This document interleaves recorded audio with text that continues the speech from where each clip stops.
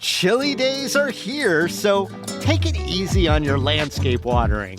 The mandatory watering schedule is in effect November through February. You can water grass, plants, and trees, but only one assigned day a week. You know, your grass can thrive with less water during the colder months, and your drip irrigated plants and trees, well, they could do even better with watering only once every 7 to 14 days. For more winter watering tips and to find your assigned watering day, visit snwa.com. SNWA is a not-for-profit water agency.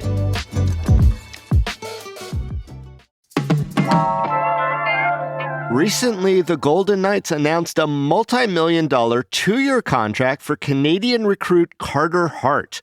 That announcement was coupled with a disclaimer to reassure the community that they were being mindful, but that only prompted lots of locals to Google Hart's name, and, well, it raised some eyebrows. So today on CityCast Las Vegas, executive producer Sonia Cho Swanson and I talk with frontline Canadian reporter Kate Dubinsky of the CBC. She explains the troubling accusations levied towards Hart and others, the controversy surrounding his signing, and what it means when one of the biggest sports news stories to ever hit Canada gets a new chapter right here in Vegas. And hey, y'all, we will be discussing allegations of sexual assault, so there will be some graphic details.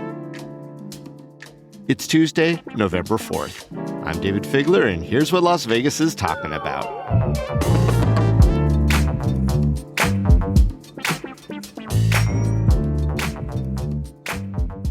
Kate, who is Carter Hart, and why is his name so well known in Canada?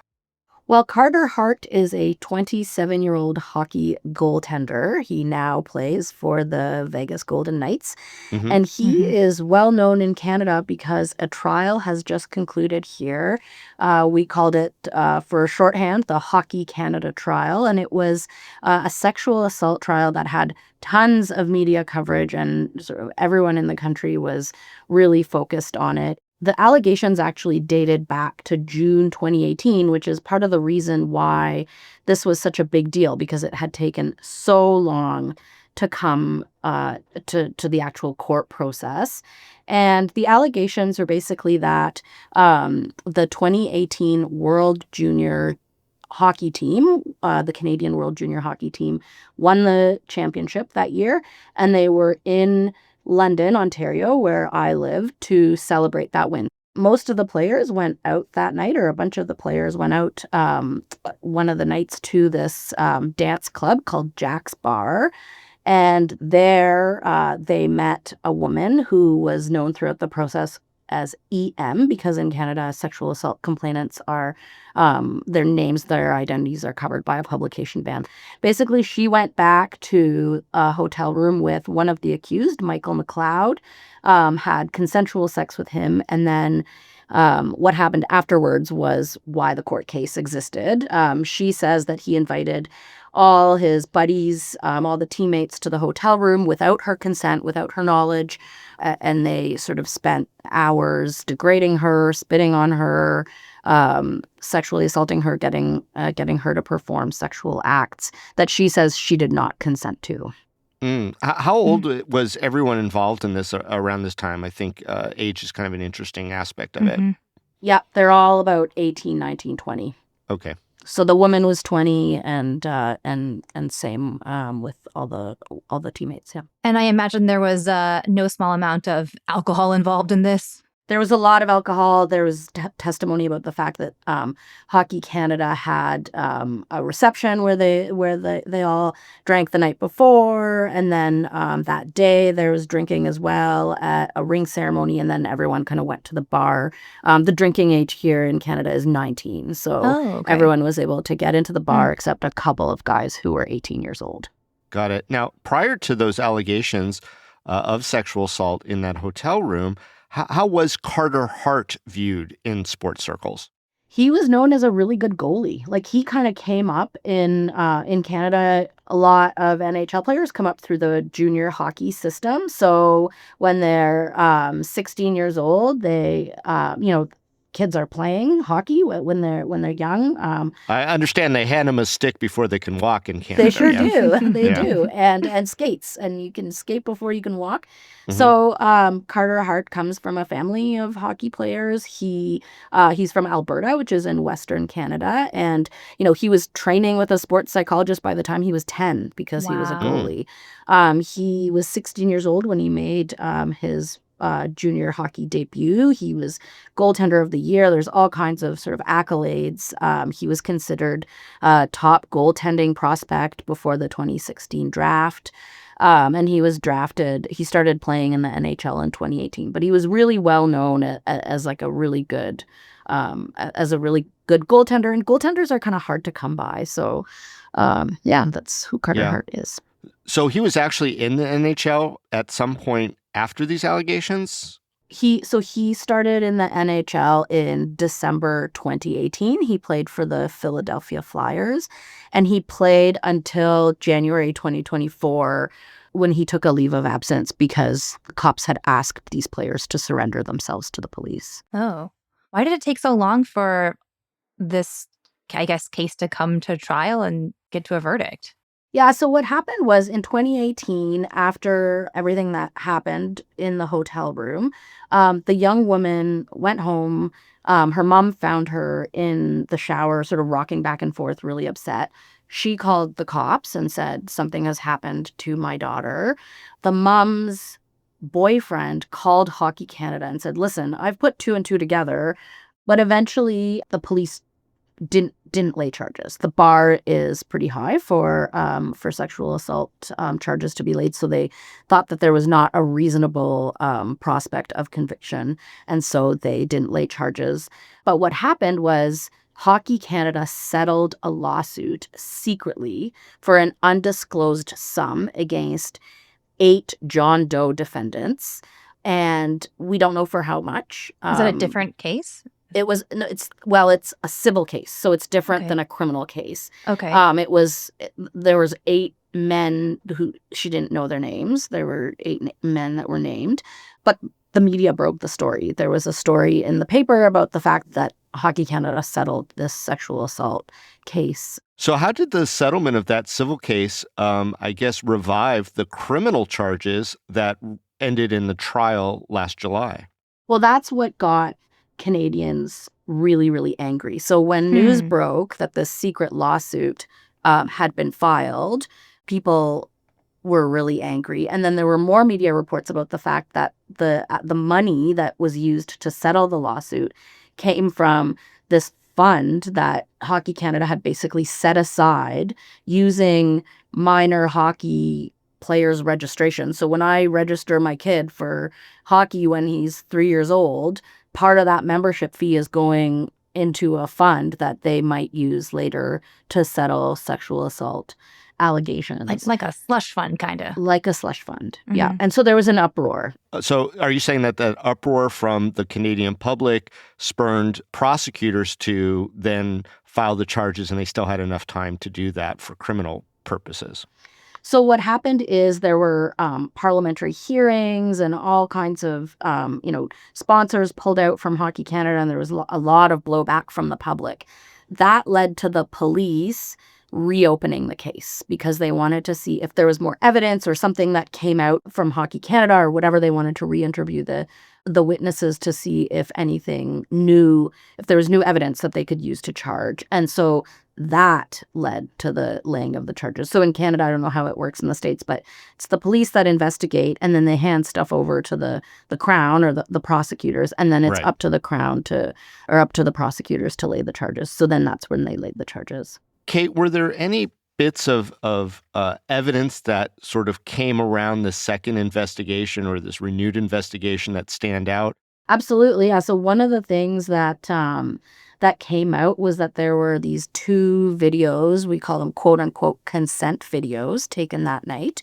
They were taken by Michael McLeod, who was one of the players that was accused, where he asks the complainant whether she's consenting. So in the first video, he's sort of, are you okay with this? And she says, yes, everything is consensual. And so and in fact, you can hear Carter Hart in the background of one of the videos saying, call Fabs, because he's trying to get another one of the hockey players that wasn't yet in the hotel room to come down and see what all the action was about with this woman. So that was definitely a compelling piece of evidence that came out. Hmm. It's so, when I heard about these videos, it was like so wild to me that we're just like in this era in which, young men have an awareness of the concept of consent, enough of an awareness to know that they need to like somehow get these videos, but it's sort Document it. Yeah. document it, right? But it's sort of like they're missing the next step, which is understanding the purpose of consent. It almost feels like to me as if they're using these videos to sort of cover their ass and not actually think about what consent could mean for this young woman, which just sort of feels like a weird time to be in.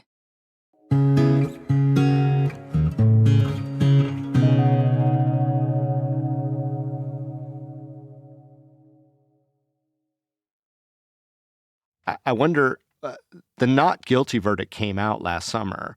How was it received in Canada after there was so much kind of attention and uproar as you described? So I think the not guilty verdict was maybe not unexpected because there were so many. It was like he said, she said. Mm-hmm. And it was not a clear case of um it just wasn't clear. There was some gray areas, right, in terms of whether or not the men understood that she was consenting or not consenting, in terms of how much alcohol she had consumed that night and just how drunk she was. What there was sort of a visceral reaction to was the judge's decision to say that she didn't believe the woman at all, and that she was an not credible witness, and that she was not reliable. And so that, I think, got the biggest reaction, because we heard that, the prosecutors thought, when they talked to her before they brought the case, they told her it's possible that there will not be a conviction in this case. So if all you want is a conviction, then think long and hard about what that's going to do to you and to your psyche and stuff. But what you will get is the chance to tell your side of the story, right? And have the Canadian public hear, beyond what was just written in this lawsuit, how you felt and what exactly you were experiencing. Okay, and just one quick clarifying question. How many of those five still had vibrant or potential hockey careers ahead of them?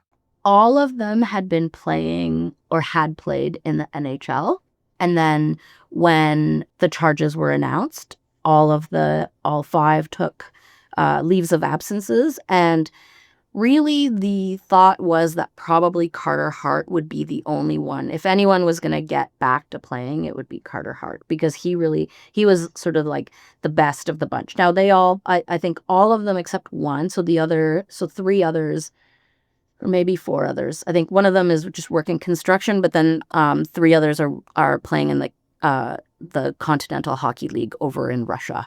It's so interesting because I had no idea who Carter Hart was when, we had the announcement. I think, David, like you said in your intro, it was like, what? The local reaction was, who?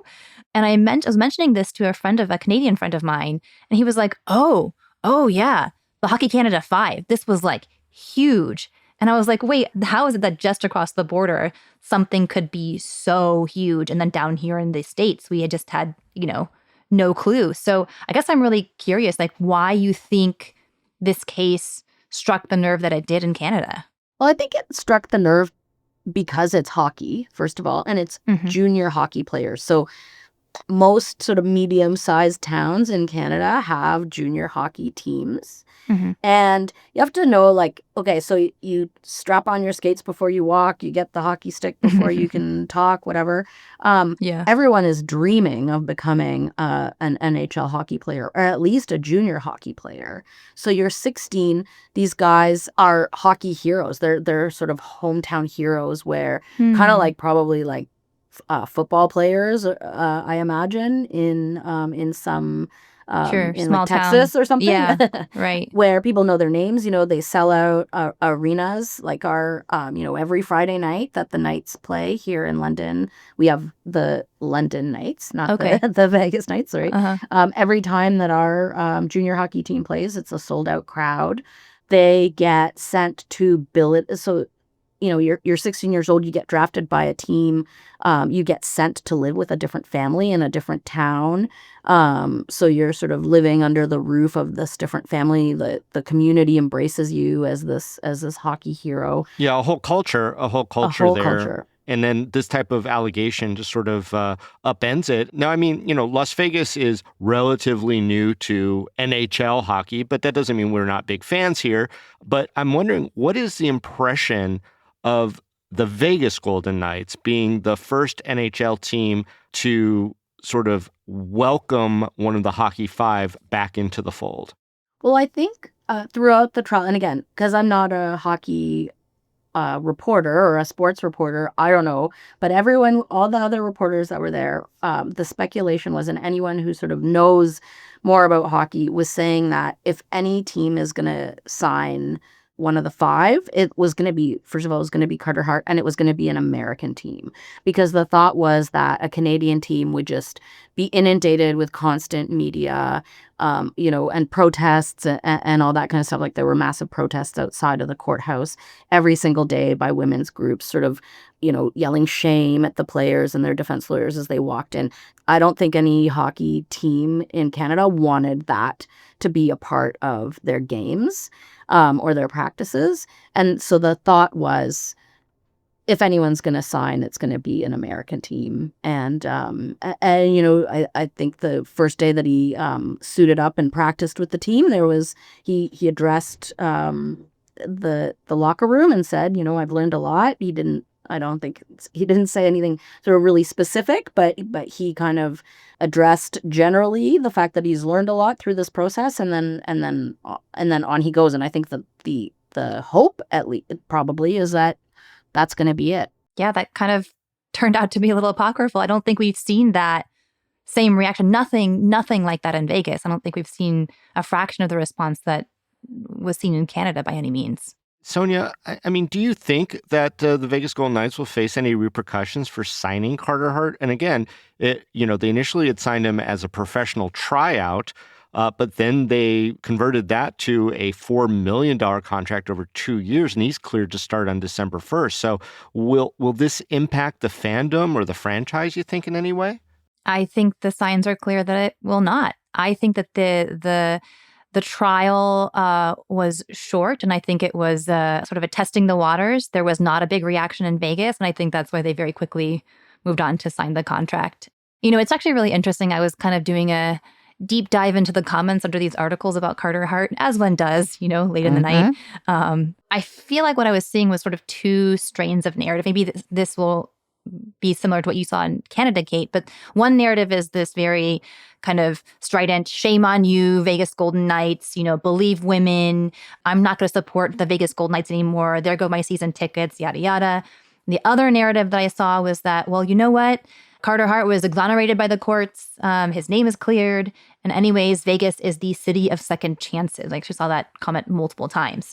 This kind of redemption narrative, or, I mean, there are plenty of professional athletes here who have had very big allegations in their past from domestic violence, drunk driving, sexual assault, etc., in multiple sports. Yeah. And I think what makes this hard, at least in my view, is that maybe parts of both narratives are kind of true. I think that it is imperative to believe women, and that, their voices need to be heard in cases like these. But, at the same time, I don't think our justice system this is just my opinion here, but I don't think our justice system is really set up to handle cases like these with such scant evidence, especially when it hinges on like this kind of like booze-soaked testimony. It's And I think what feels very frustrating to me as an observer of these is that when the cost is so high because of, the opportunity cost of these massive, massive contracts, it feels like, of course, defendants are going to like circle the wagons and like fight these allegations to their dying breath. There's like no place for restorative justice or for accountability or repair. Like, what would that even look like in a case like this? So anyhow. Well, and I am very vocal in my criticism of the criminal justice system as being really sort of vengeance-based, and that David is a lawyer, by the way, Kate. I don't know if you knew this. David is a lawyer. Okay. But, that the way to approach these things is either an all or nothing vengeance or no vengeance sort of consequence. And that doesn't really take into account a lot of the nuances of the human condition and the way these cases unfold. So, Kate, I wonder then, just in light of all that, in the wake of the Hockey Canada 5 trial, what has changed or maybe what hasn't changed in professional hockey organizations, at least from a Canadian perspective? Yeah, and I'll add one thing to what you just said, David. After the trial ended and after the men were found not guilty, each of the players' lawyers came out and made a brief statement to the media. And Carter Hart's lawyer came out and said, had he known that this lawsuit had been settled and had he known that, this was the way it was going, he would have welcomed a restorative justice something. There's just nothing in our justice system that allows for that. In terms of what's changed, there were parliamentary hearings that pulled federal funding from Hockey Canada and all kinds of, I think people's maybe rose-tinted glasses were pulled off of the Hockey Canada organization. The board of directors had to resign and all kinds of sponsors pulled out and all that kind of stuff. And Hockey Canada no longer has this slush fund that it's using for sexual assault or other allegations. What's interesting, what some women's groups have called for and what hasn't changed is the NHL policy on sexual assault or domestic violence. So the other, baseball, football, basketball have specifically worded policies on domestic violence and intimate partner violence and sexual assault. NHL doesn't. It just has a blanket, the conduct has to be good or whatever. Like, it's just a very generic code of conduct. And they have said that there's been calls for them to put into words, I've asked the women's organizations, why do you care? Why is it just like, isn't it good enough to just say, you have to behave professionally? Why do you have to name sexual violence in particular or intimate partner violence in particular? And they say that, if you can't name it, you're not going to be able to stop it, or you're not coming out and forcefully coming out against it. So that's one thing that hasn't changed, and the NHL has stood behind that decision that they're not going to put in any specific wording on that into their code of conduct. Yeah, and Sonia, I don't know if there's going to be any additional outcry. I think that I'm going to guess no. Yeah. Well, I think it's important so that it's kind of all on the table, because I don't think a lot of locals really were following the trial. But maybe this better question for Kate. While I don't foresee there being massive protests at Vegas Golden Knight home games, what do you think will happen when the Vegas Golden Knights play up in Canada and Carter Hart is, placed in the role of goaltender? Takes to the ice. Yeah, no, that's an interesting question. There was, I know that when he was practicing in Vegas, there was one woman who was standing with a little tiny sign that said, "No Hart, believe women." That wasn't during a game. I don't know if she would be ejected by I don't know what the NHL policy is about that.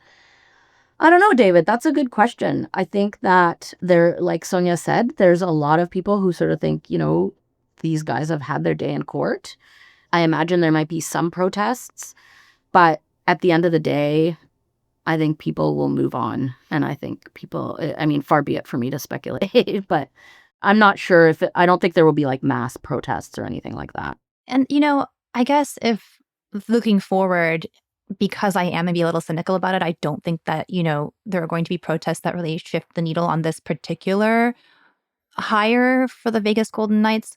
What I would hope is that people who care about the sport and who care about our city think about shifting their energies towards more systemic reforms. Like, what are things that could change that could actually protect women and change the way that we talk about consent with young athletes and young people entering any sort of big stage where they're, handed a lot of fame and a lot of money. Yeah, and that's exactly so, junior hockey players here in Canada have to take consent training and gender-based violence training because these are like 15, 16-year-olds who are thrown onto the biggest stage locally.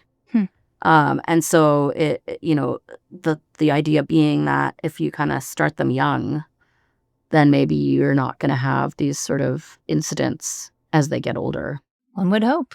And Kelly McCrimmon, who is the general manager for the Vegas Golden Knights, did come out and he said, look, we believe in his abilities on ice, and we wouldn't have crossed the threshold if we didn't believe in the person. So, between Carter Hart's statements that he has learned and the team's belief that he has, become the better person or is a good person, we'll see how that unfolds with regard to Carter Hart, if this comes up as a question or if he has an opportunity for advocacy, to have an impact for young hockey players who may very well look up to him as a role model. Well, Kate, I really appreciate you joining me and Sonia here on CityCast Las Vegas. Thanks for your reporting. Thanks so much. Thanks, Kate.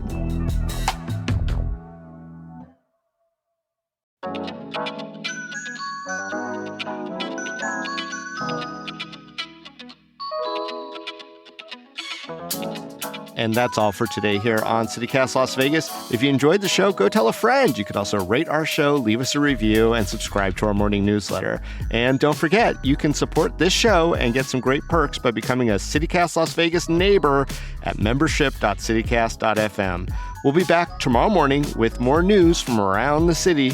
Till then, stay lucky.